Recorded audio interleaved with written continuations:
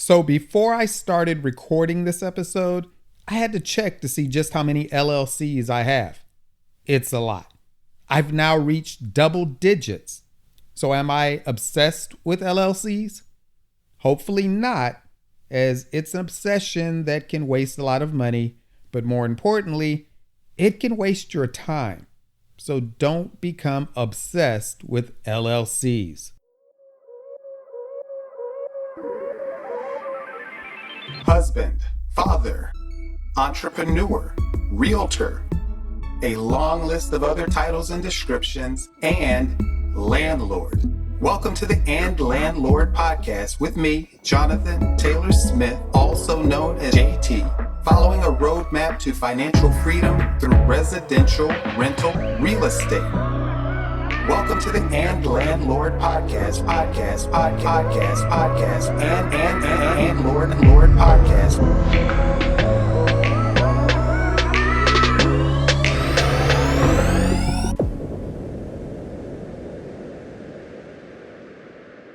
Welcome to episode number 45, LLC Obsession.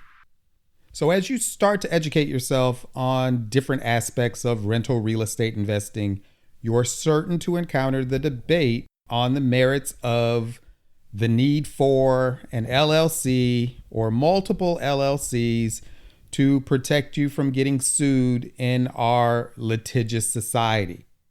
So let me preface this with an in-episode disclaimer so that you don't have to wait until the end as normal to remind you that I'm not an attorney and I don't play one on TV or here. And so you should seek the advice and counsel of an attorney local to you on any and all legal matters. Do what they say, as my advice is ultimately worth exactly what you're paying for it.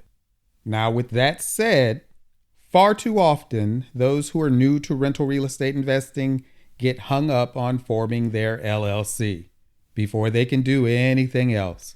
It becomes an obsession and they can't move forward with anything until their precious LLC is in place.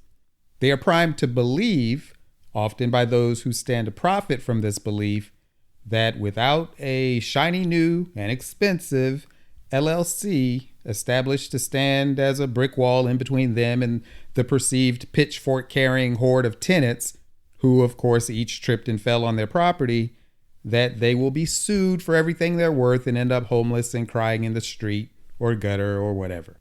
So they pay, often far too much, to have their LLC created for them.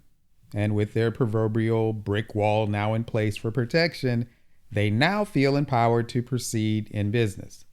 But the thing is, as you get further into things, you'll learn that other than matters of eviction and security deposits, it's exceedingly rare to actually get sued or end up in a court as a landlord. The tripping or slip and fall tenant is largely a myth. It's anecdotal, but I've spoken to several rental real estate investors at the many events I attend, and I've yet to meet one who ever got sued. Turns out it's largely a myth that tenants or their guests will slip and fall on your property, fake or real, and then take you to court. Not that it can't happen, not even that it doesn't happen, so not full unicorn status, but certainly zebra rare, when some would have you think stampeding horses trampling you on their way to court, if not for the protection of that LLC brick wall, of course. Now know that one of my favorite quotes is, "Just because I'm paranoid doesn't mean they're not out to get me." So I like to have all the protection I can get, tenant lawsuits being zebra rare or not.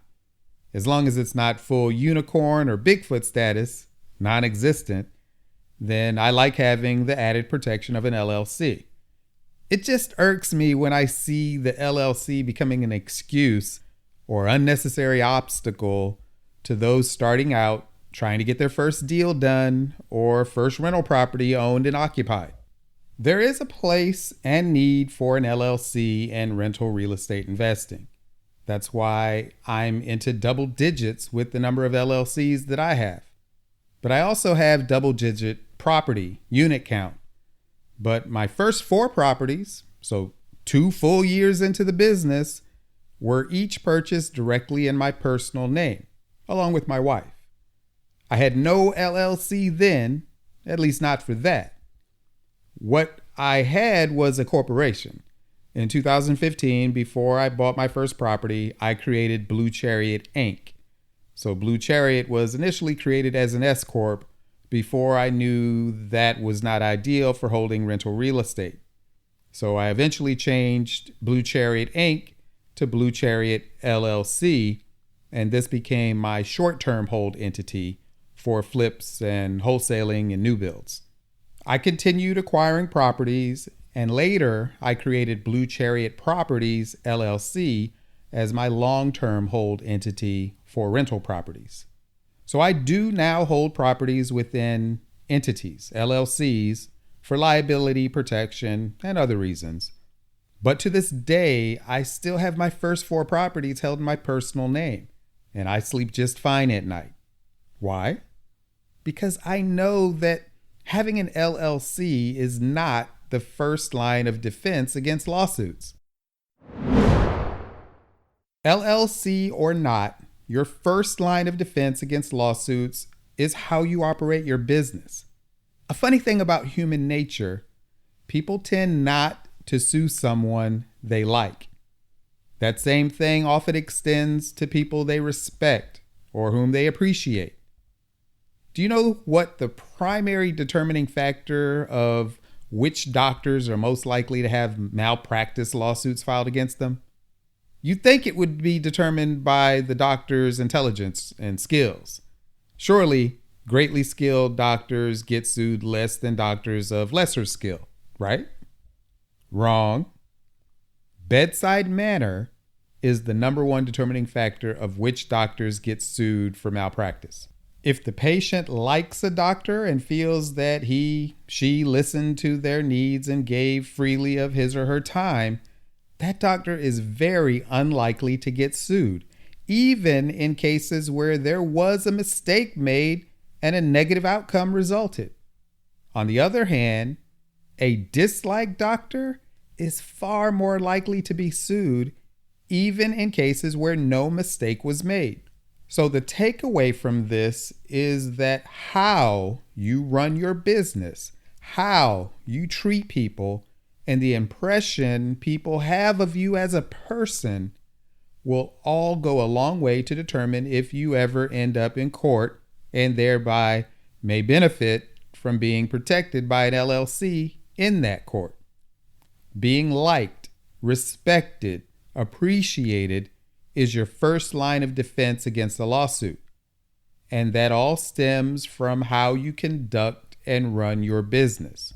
And in the rental real estate business, you can be liked and respected by just having and sticking to your clearly established, but also reasonable policies as to how you handle your properties. And then always treating others kindly and with respect, because you get what you give. Want to get a punch in the mouth? You need do nothing more than throw a punch at someone.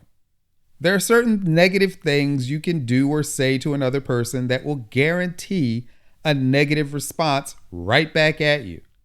The same is true of positive words and actions, although the response is not always as direct and immediate as for the negative.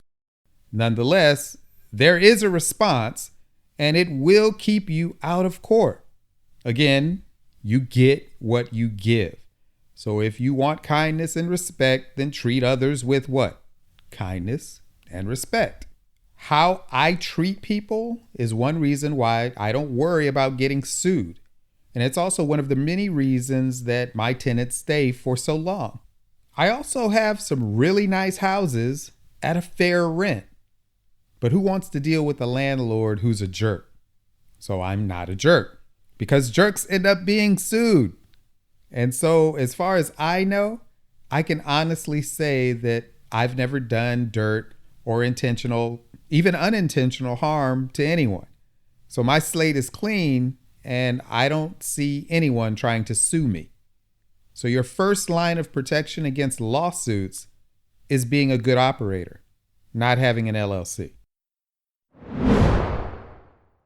Your second line of protection is property and liability insurance, including a personal umbrella policy. I won't go too far into these in this episode, as rental property, business, and personal liability insurance really deserves an episode or few all to their own. But just know that many things which could result in ending up in court may actually be covered by one or more insurance policies. So having good and the right insurance is a protection that stands in line right behind you as a good operator and person, but before your LLC even comes into play. That's why I'm comfortable having rental properties in my personal name, as I operate my rental business properly, such that I'm good even with people for whom I decided not to renew their lease for some reason. And if I ever did have to evict someone, hasn't happened yet, it will be due to a clear violation of the lease that no attorney would touch, even if by some means that tenant did want to take me to court. And then you still have yet another line of protection that comes into play before having an LLC does. And as I see business, assets, debt, that third line of protection is maintaining a low equity position in your properties. So what does that mean? I run into other landlords all the time who are to be congratulated for having a rental property or few. In some cases, they may have several, and their laudable goal is to pay them off as quickly as possible. Nothing wrong with that. And you'll even meet those who buy their properties with 100% cash, so they have them paid off from day one. Again, nothing wrong with that. But for me, I'm only in my 40s. And while I certainly do want to own free and clear rental properties when I retire, maybe sometime in my 60s, as why would I want to retire before then, when I enjoy what I do? And I've already been self-employed for 18 years. So until then, God willing, I've got another 20 years or so of income from other sources before I've got to worry about maximum income from my rentals. So for that reason, I don't really care to have them paid off now or anytime soon. I'd rather use my income to buy as many rentals as I can now and in the coming years, instead of using that income to pay off fewer properties earlier. But back to my point. Owing money on your rental properties is actually a protection for you. If you owe money, then you have lower or less equity. Now, you likely started out with a 20% equity position if you purchased with a conventional loan, like most rental property investors. Then, as paydown occurs on one side and appreciation, hopefully, on the other, that equity position quickly starts to grow to the eventual destination at 100%. But the lower your equity position, the less likely an attorney is to take on a case against you when the merits should be questionable. You're a good person and a good operator, right?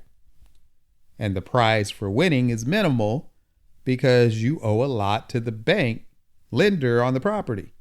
The lender gets paid first. So even if an attorney could sue you, win, and force a sale, they'll have little to nothing left after court costs and attorney fees.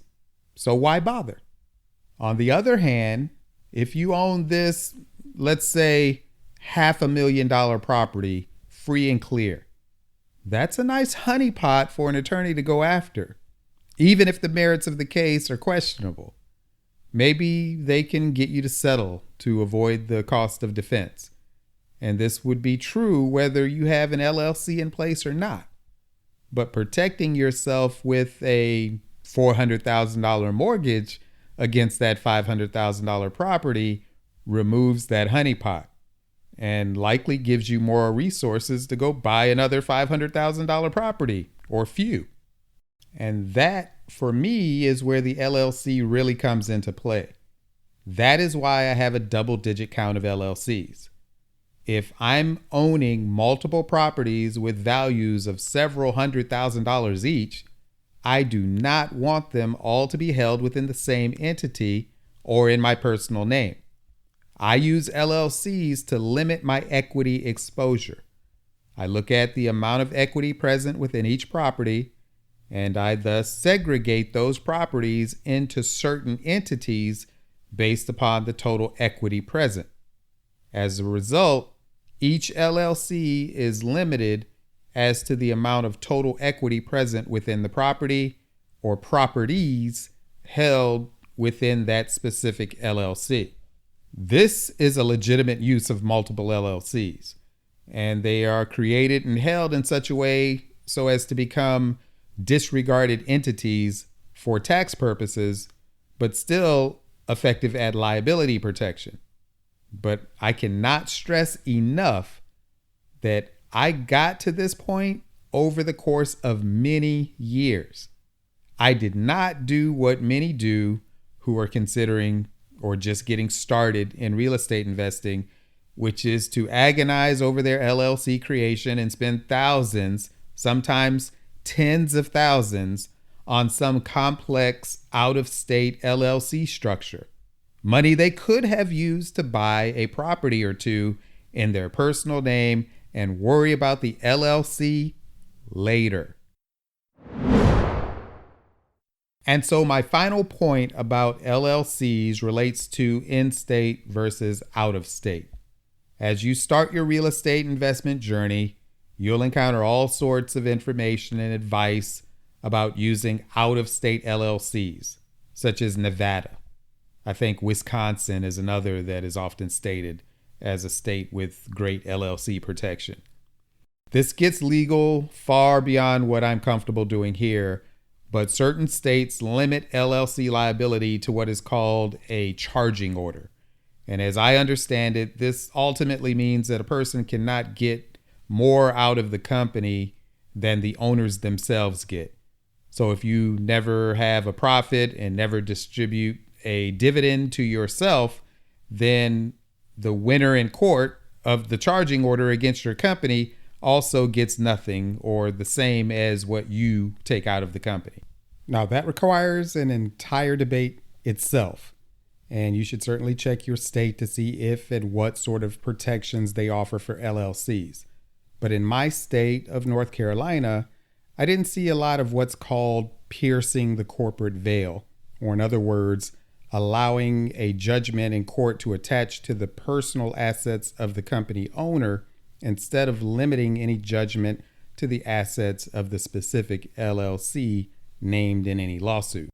From my perspective, it appeared that outside of instances of fraud and deliberate misrepresentation by the owner, the LLC protections largely stood solid here in North Carolina. And if so, I see no reason to pay additional annual fees and possibly taxes to have out-of-state entities, then having to pay North Carolina to register those foreign entities here inside the state. This just seems like needless waste. If you follow the first three rules of be a good operator and person, have property, liability, and umbrella insurance, limit your equity position in each property and within each entity.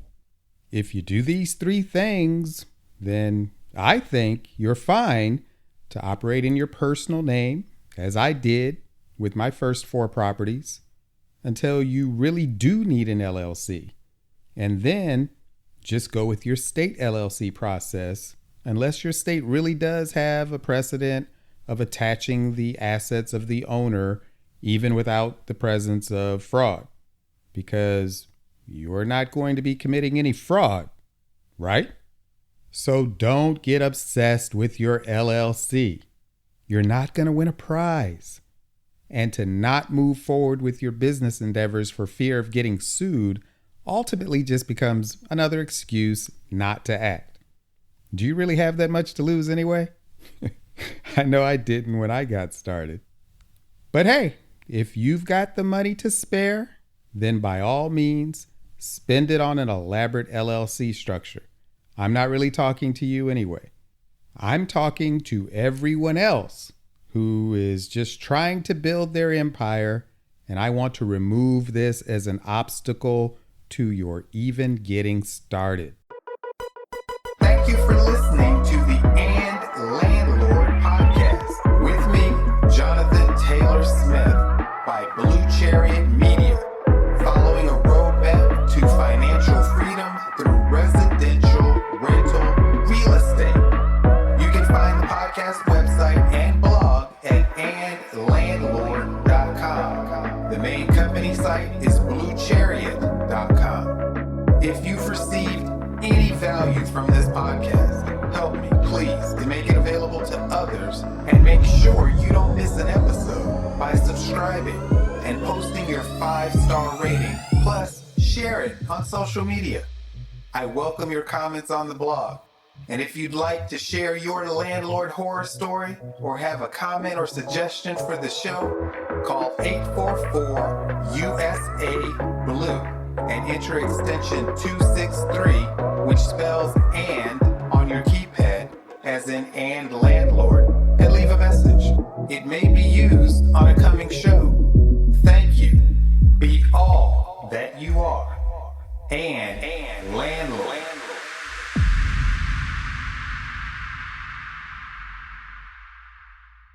Nothing on the preceding show should be considered specific, personal, or professional advice. Please consult an appropriate tax, legal, real estate, financial, or business professional for personalized advice. The comments and opinions of any guest are their own. Information is not guaranteed. Any investment may have potential for both profit and loss. The host is speaking solely on behalf of Blue Chariot Media, a division of Blue Chariot LLC.